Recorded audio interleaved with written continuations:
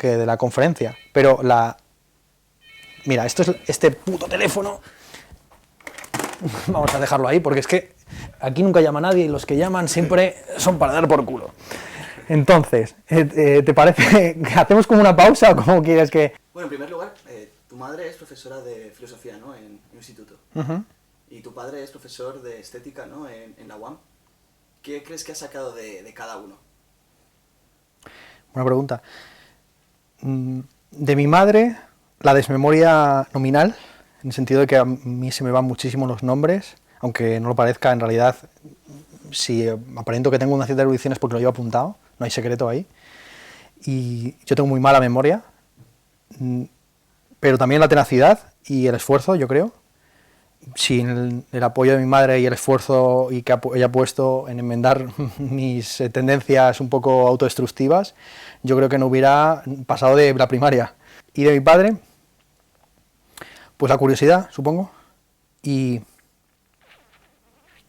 esta es una buena pregunta, nunca había pensado en esto,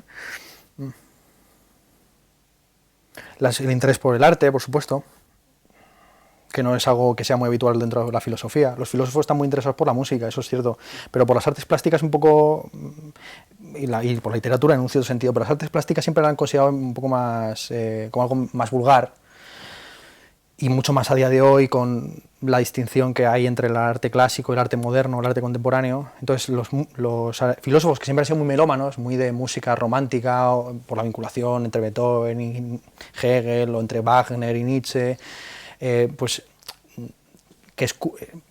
imagínate, el trap y el arte contemporáneo pues les parece basura. Me empecé a interesar por ese género en 2014 por influencia de Henry Darger, que es la principal periodista, yo creo, en esta materia, a quien la vi que había compartido una canción de Pin Flaco en Twitter. Y a partir de ahí pues fue como empecé a escucharlo realmente.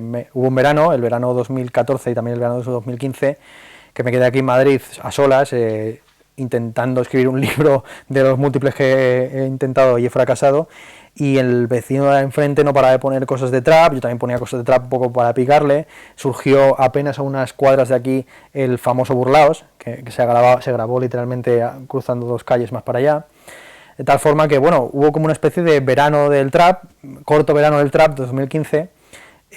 Lo que sí que ha habido es una obsolescencia del trap, o por lo menos una evolución del mismo, hacia el R&B, o hacia lo que llamaría el flamenquitsch, ¿no?, en el caso de Rosalía, o el flamenquitsch, en los años 2017-2018. O sea, yo creo que ya desde la perspectiva de 2018 podemos decir que el trap es un fenómeno de corta duración que más o menos tuvo su momento álgido en 2015-2016, pero que sus raíces están en 2013-2014, y que tuvo una fertilidad y una brevedad similar a la que tuvo el punk. Y de ahí un poco la analogía es muy fértil, aparte por razones musicales, por razones también historiográficas, ¿no? El punk para los más puretas, pues en realidad es un fenómeno que va del 77 al 79, realmente, ¿no?, para los más puros.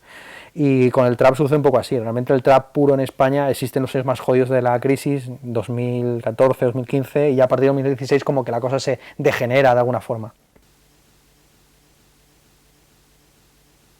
Yo creo que el trap, la razón principal de su popularidad es la cuestión de la crisis, por lo menos en el caso español, y razones internas de la evolución del rap y la forma en la que los músicos españoles se enfrentan a la propia tradición flamenca, o en general lumpen en España.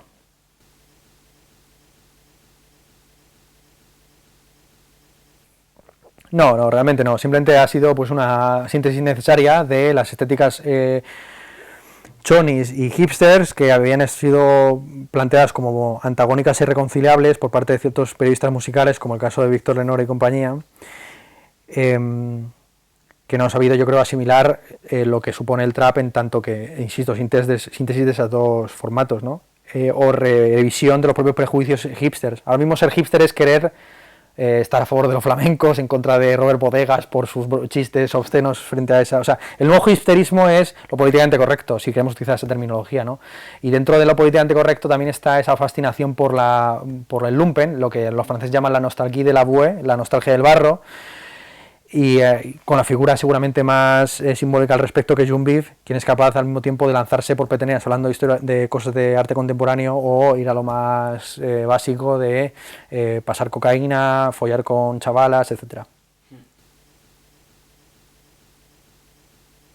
Sí, sí, claro, lo que pasa es que el trap, estamos en otra época completamente distinta y el capitalismo ha sabido asimilarlo mucho más rápidamente, y ahí sí que yo creo que te hace una lectura correcta aquellos que entienden que el trap está más próximo al aceleracionismo que al narcocomunismo, como quieren venderlo pues los que convierten al fin y al cabo el Clocker Store, que es la tienda que tiene June Beef aquí en Madrid, como una especie de comuna. No es tal cosa, y realmente June Beef no es un comunitarista serio, ni mucho menos, ni Zetangana está intentando subvertir el sistema por dentro. Esto simplemente es una retórica que va por encima de una dinámica histórica que, pues bueno, hoy utiliza el trap como clickbait y mañana utilizará otra cosa, el R&B o lo que sea, ¿no?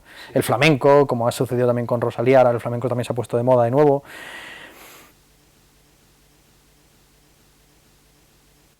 O sea, me di cuenta de cuáles eran las posiciones respectivas en relación a la propia industria antes de que se produjera el antagonismo entre ellos dos después, con motivo de la rueda de prensa en Primavera Sound.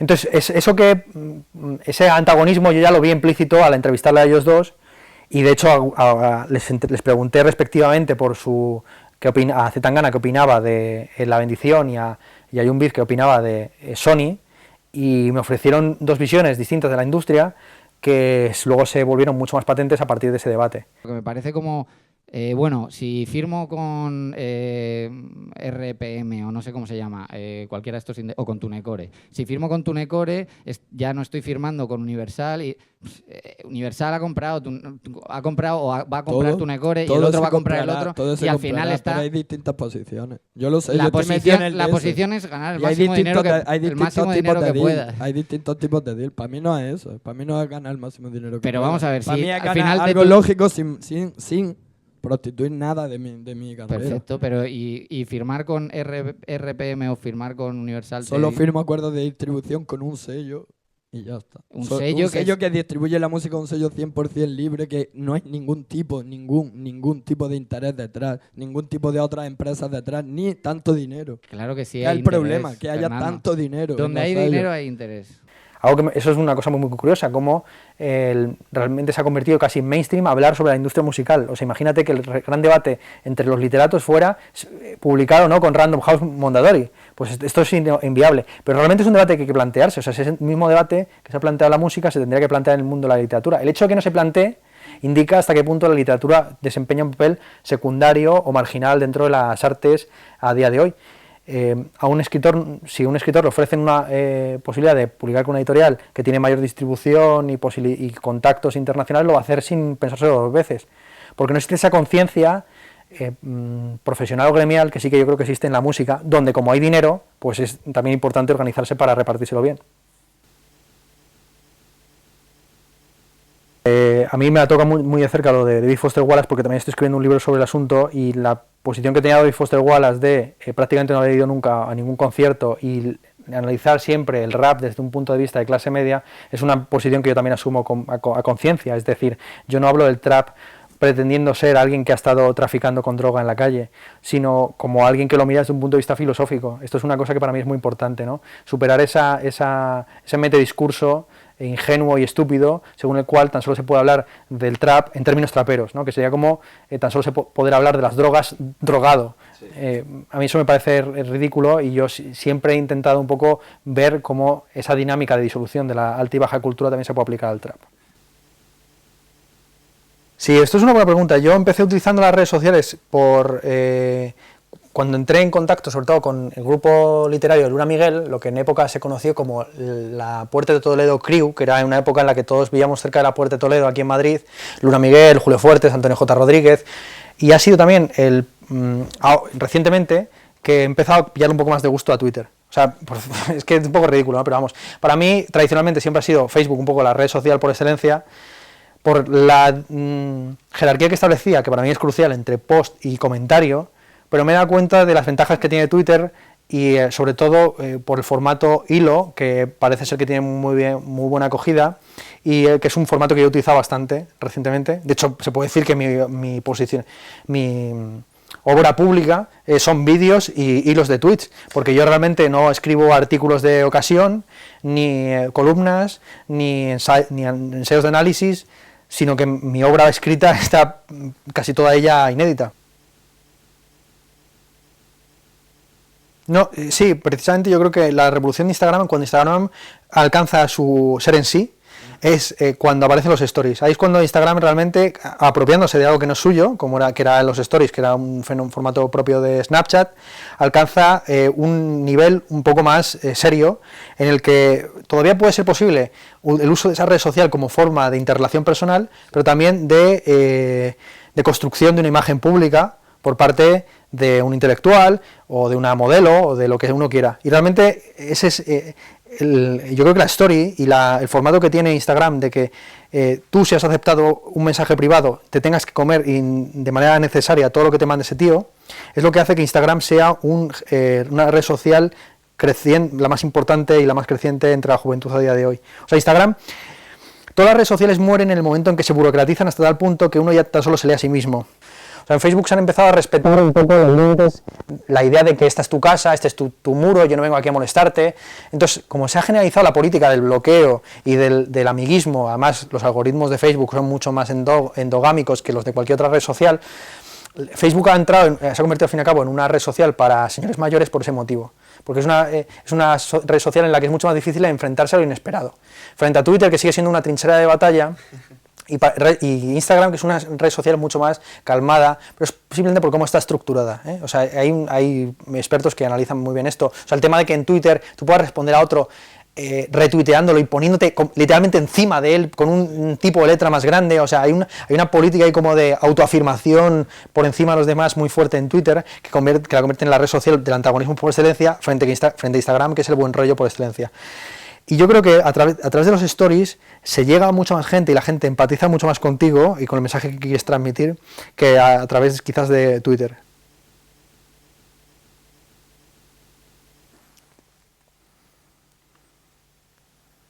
¿Cómo voy a ser recordado? Eso me preocupa bastante. Principalmente yo creo que esa. O sea, a nivel personal, sí. No tanto como me ven, sino cómo voy a ser recordado y si voy a ser recordado y en qué términos, eso me preocupa bastante, yo creo. O sea, es una cosa que le doy bastante vueltas. También me preocupa bastante la diversificación de los gustos culturales por géneros. En el sentido de que aunque mi canal sea considerado, entre comillas, aliado del feminismo, sigue siendo visto tan solo por un 85% de hombres. O sea, que tan solo un 15% de mujeres que ven mis vídeos, cuando mis vídeos en principio no tienen un componente... No, es decir, que tengo el mismo porcentaje que tendría un canal que tan solo se dedicara a halterofilia masculina. Sí. De levantar pesas y tal, como vamos a hacer tríceps hoy. Y yo lo entiendo, porque yo estoy hablando al fin y al cabo hablo de feminismo, pero también hablo de, en plan, para mí Platón no es tan solo algo para tíos, ¿no? Y la cuestión de que, por ejemplo, YouTube sea una plataforma principalmente masculina me preocupa muchísimo.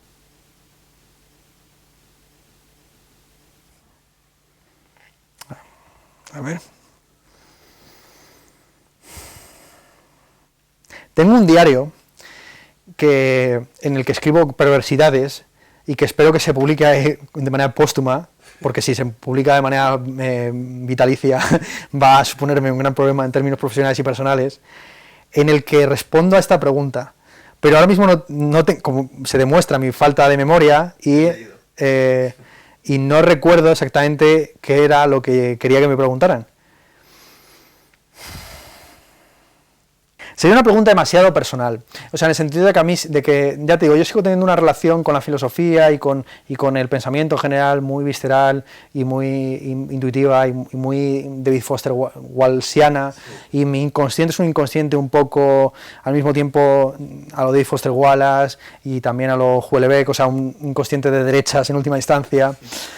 Y mi relación con el pensamiento y sí, es un poco... Entonces, claro, la pregunta que yo quisiera que me hicieran, en realidad no sabría cómo contestarla y preferiría no tener que contestarla, ¿no?